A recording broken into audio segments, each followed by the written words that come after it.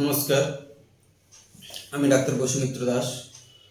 আজকের টপিকে বলবো শিশুদের মুখে ঘা কিংবা জিভে ঘা কেন হয়, হলে এর করণীয় কি, কীভাবে এর প্রতিকার করবেন। দেখুন, এটা প্রথমে জানতে হবে এটা একটা ফাঙ্গাল ইনফেকশন থেকে হয়। যেহেতু বড়দের থেকে বাচ্চাদের শরীরের প্রতিরোধ ক্ষমতা অর্থাৎ ইমিউনিটি পাওয়ারটা কম, সেই জন্য বারে বারে এইটা বাচ্চাদের ক্ষেত্রে হয়ে থাকে। বিশেষ করে সদ্যজাত বাচ্চার হয়, মানে জন্মের পর থেকে 6 মাস 7 মাস বয়স পর্যন্ত এগুলো বেশি হয়। তখন ইমিউনিটি পাওয়ার কম থাকার জন্য এগুলো বারে বারে হয়। এবার সেটা কীভাবে হয়? বাচ্চা, ধরো যেসব বাচ্চা মায়ের দুধ পান করে 6 মাস 7 মাস 8 মাস বছর পর্যন্ত, খাওয়ার পরে বাচ্চা ঘুমিয়ে গেল কিংবা অন্যান্য, বিশেষ করে ছোট বাচ্চারা যারা দুধ খাওয়ার পরে ঘুমিয়ে পড়ে, এই দুধটা মুখের মধ্যে থাকার কারণে এই দাঁতের তখন দাঁত বেরোয়নি, মুখের ভিতরে যে মাড়ির চারপাশে যে জমে থাকে বা মুখের ভিতরে এগুলো জমে থাকার কারণে প্রত্যেকের মুখের মধ্যে, সে বড় কি বাচ্চা কি, প্রত্যেকের মুখের মধ্যে ব্যাকটেরিয়া থাকে, ভাইরাস থাকে, সেখান থেকে ছত্রাক তৈরি হয়ে এগুলো সমস্যাগুলো তৈরি থাকে। এবার ছোট বাচ্চার ক্ষেত্রে কি করতে হবে?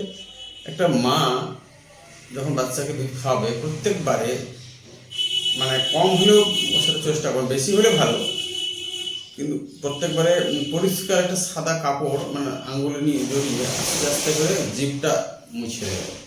জিভটা মুছে দেওয়ার পরে আস্তে করে মাড়িটা একটু মুছে দেবেন। যে বাচ্চা দাঁত বেরিয়ে গেছে সেটা আস্তে করে একটু ঘষে দেবেন। এইগুলো করে রাখলে দুধটা জমে থাকে না, সেখান থেকে ফাঙ্গাল ইনফেকশন হওয়ার সম্ভাবনা কম। আর বাচ্চা যতদিন পর্যন্ত বাচ্চা নিজে থেকে দাঁত মাজতে পারাটা পাচ্ছে না কিংবা কুলকুচি করতে পারছে না, ততদিন এই সমস্যাগুলো বেশি হয়। এবার বলো একটু বড় বাচ্চাদের ক্ষেত্রে যেটা হয় কি, তাদের ক্ষেত্রেও হয় প্রথম ওই জিভে একটা সর্বসার মতন হয়। ছোট বাচ্চাদের ক্ষেত্রে যেটা বললাম সর্বসার মতো হবে, তারপর সেখান থেকে খুব ব্যথা হয়, আবার ঘা আকারে সৃষ্টি হয়, লালা পড়তে অবিরাম, সেখানে ব্যথা হয়, খেতে পারে না, মায়ের দুধ টানতে পারে না, এই সমস্যাগুলো হতে থাকে। এবার বড় বাচ্চাদের ক্ষেত্রে কি, বড় বাচ্চাদের সেম একই কেস। বড় বাচ্চাদের ক্ষেত্রেও ওই প্রথমে সাদা হবে, তারপরে জিভের মধ্যে বিভিন্ন ধরনের দাগ হবে, সেখান থেকে লালা ঝরবে, জিভের পরে হবে মাড়িতে এবং উপরে তালুতে। প্রথম সাদা সাদা লাল লাল হয়ে ভীষণ ব্যথা করে, বাচ্চারা খেতে পারে না। এই সমস্যাটা যখন হয় শুরু থেকে 4-5 দিন পর্যন্ত, 6 দিন, কারো ক্ষেত্রে একটু সপ্তাহ লেগে যেতে পারে, কিন্তু এটা এই যে ছত্রাক জনিত রোগটা এটা সেরে যায়। এটা ভয় পাওয়ার কোনো কারণ নেই, এটা নিয়ে কোনো টেনশন করার কারণ নেই। এটা হামেশাই বাচ্চাদের হয় এবং ভালোও হয়ে যায়। এর বিভিন্ন রকম ট্রিটমেন্ট আছে। ট্রিটমেন্টের ক্ষেত্রে একটা কথা বলি, বাচ্চা বাজারে বিভিন্ন ধরনের লোশন বেরিয়েছে, মাউথ পেন বেরিয়েছে। যে বাচ্চাগুলো কুলি করতে পারছে তাদেরকে উষ্ণ গরম জলে 2 ফোঁটা বা কয়েক ফোঁটা করে দিয়ে কুলকুচি করাবেন। কুলকুচি করার আগে তার একটা গুরুত্বপূর্ণ কাজ আছে। তার আগে প্রত্যেকদিন যে বাচ্চা নিজে থেকে দাঁত মাজতে পারে বা দাঁত মাজানো যাবে এমন কোনো বাচ্চাকে প্রত্যেকদিন রাত্রে দাঁত মাজাবেন, অভ্যাস করাবেন।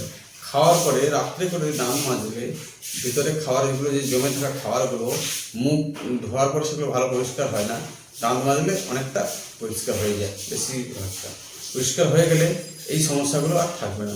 পরিষ্কার করার পরে দাঁত মাজার পরে ভালো করে মুখ ধোয়ার পরে ওই লোশনটা নিয়ে কুলকুচি করার পরে বিভিন্ন রকম অ্যান্টিফাঙ্গাল লোশন রয়েছে, যেমন বিটাডাইন মাউথ পেন্ট, জাইটি mouth paint, candidate mouth paint, এইগুলো থেকে বিভিন্ন কোম্পানির বিভিন্ন নামে আছে। এইগুলো বিভিন্নভাবে ডাক্তারদের পরামর্শ অনুযায়ী ব্যবহার করলে ধীরে ধীরে ছেড়ে যায়। এবার বলবো কি খাওয়াবেন।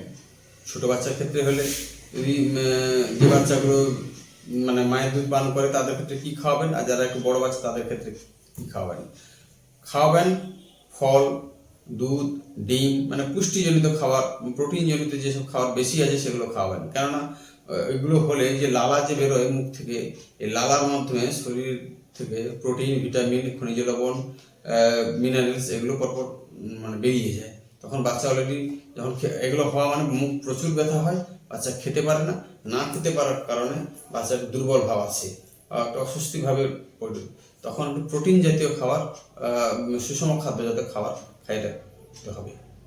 আজকে এই পর্যন্ত, দেখা হবে পরের টপিক।